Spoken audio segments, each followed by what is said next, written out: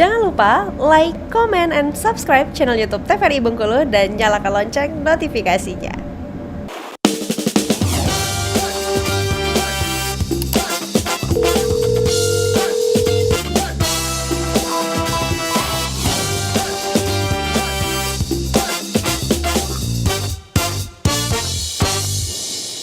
Ya pemirsa, kembali lagi tentunya di Dokter Kito bersama Kito Sehat. Dan dokter, tadi aku sempat menanyakan mengenai kesadaran. Apakah memang orang depresi itu bisa menyadari bahwa dia depresi nih dok? Oke, bisa. Di beberapa kasus ada juga yang tidak menyadari, ada. Kadang ada yang menyadari tapi denial. Jadi tidak mengakui karena pengaruh stigma tadi itu ada.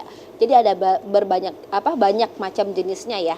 Cuman dengan era digitalisasi yang sudah maju, awareness terhadap mental health juga udah semakin bagus ya. Kebanyakan orang itu sudah sadar dan meminta penanganan lebih awal. Dimana kalau penanganan depresi itu lebih awal, biasanya komplikasi ke perkembangan ke depresi yang semakin buruk, depresi berat itu semakin kecil. Tapi nih dok, kalau ngomongin masalah depresi, sekarang kan banyak orang yang mengaku-ngaku nih, kayaknya aku depresi nih dok, aku kayaknya udah stres banget nih dok. Nah kira-kira dok, bagaimana ya kita bisa membedakan kita tuh kayak masih depresi ringan atau ketika kita memang membutuhkan mungkin orang yang bisa membantu kita? Oke. Kalau sudah biasanya mengganggu aktivitas sehari-hari, tidak tenang dengan cara kita mekanisme coping kita sendiri, itu artinya kita sudah butuh bantuan. Begitu. Bantuannya baik ke psikiater dulu kah, atau langsung ke dokter jiwa, atau bahkan butuh pengobatan. Dan self diagnose sebenarnya itu ada cut off-nya. Oh, udah 2 minggu nih kayaknya aku nggak benar nih, udah 2 minggu, berarti artinya butuh bantuan. Begitu. Kalau sekedar sehari 2 hari sedih, itu biasanya cuman mood aja ya, gangguan mood atau memang waktunya sedang sedih atau sedang bahagia, seperti itu. Tapi kalau sudah berlangsung lama 2 minggu atau lebih, itu artinya sudah butuh bantuan. Dan walaupun belum 2 minggu, baru 2 hari sedih tapi udah langsung goreng tangan ya, ada rasa ingin bunuh diri, itu segeralah butuh bantuan walaupun belum 2 minggu. Berarti cut off 2 minggu itu bukan semata-mata hanya 2 minggu, tapi kalau sudah ada gejala rasa ingin bunuh diri, tindakan ingin bunuh diri, itu sudah walaupun belum 2 minggu sudah kita bisa golongkan ke depresi. Baik dokter, jadi memang harus sesegera mungkin, dan juga kita harus aware juga sama lingkungan ya, mungkin teman, saudara dan sebagainya, agar kita juga bisa membantu teman-teman kita keluar dari masalah depresi ini. Baik dokter, boleh dikembali. Kita lanjut ya. Oke. Ternyata materi hari ini sepertinya sedikit kalau dibahas ternyata penyebarannya cukup benar luas. sekali. Kita mulai dari gejala. Ada 2 nih kita bagi, gejala utama dan gejala lain. Ini fungsi gejala ini kita klasifikasi untuk menentukan derajatnya nanti.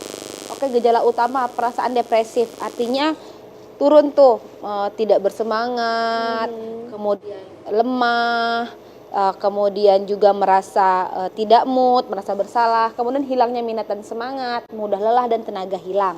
Itu gejala utama, 1, 2, 3 ya. Kemudian ada gejala lain ini misal konsentrasi dan perhatian menurun, kemudian harga diri dan kepercayaan diri menurun, setelah itu perasaan bersalah dan tidak berguna, begitu. Nah ini yang nomor 3 ini lumayan banyak nih.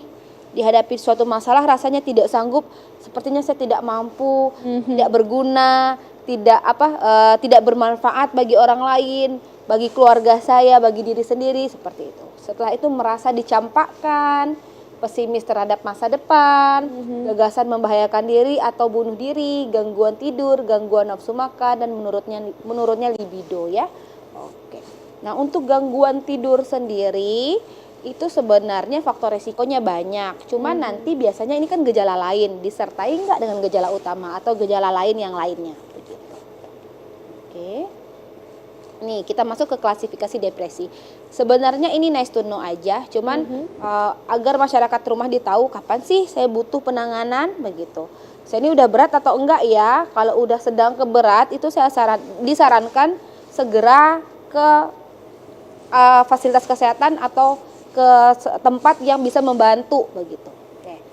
Pertama tingkat ringan, dia dengan 2 gejala utama dan 2 gejala lain, tapi fungsinya masih baik. Contoh, dia udah ada gejala depresif, tidak bersemangat, kemudian juga dia merasa dicampakkan dan ada gejala yang lain, tapi dia masih ke sekolah, masih bisa bekerja, aktivitasnya masih oke, tapi sudah ada rasa-rasa itu masih depresi yang ringan. Kemudian depresi sedang, dia dengan 2 gejala utama atau 3 sampai 4 gejala lain. Nah, fungsinya mulai terganggu. Contoh, dia masih bekerja, cuman pekerjaan tidak tuntas. Sekolah, nilai di sekolahnya menurun, begitu.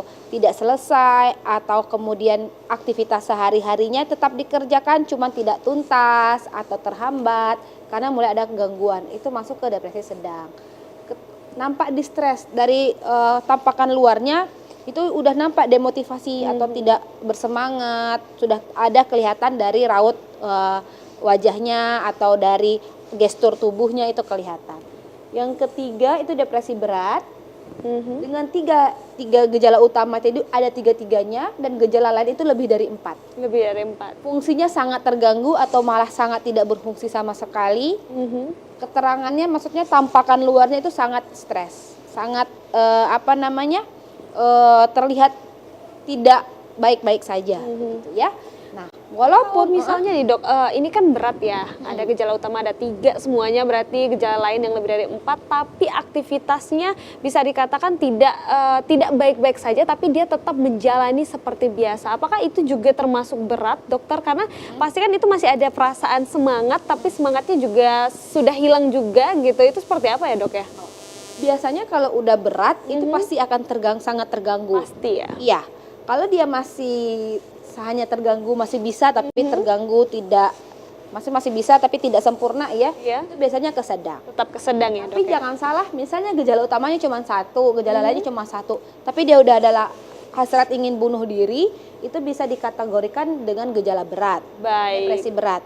Tetapi di NOT itu ada cut off-nya 2 minggu ya, mengalami hal tersebut berturut-turut selama 2 minggu. Baik dokter, tahan dulu dokter, nanti kita akan kembali lagi tentunya setelah jeda pariwara berikut ini, tetap di dokter kita.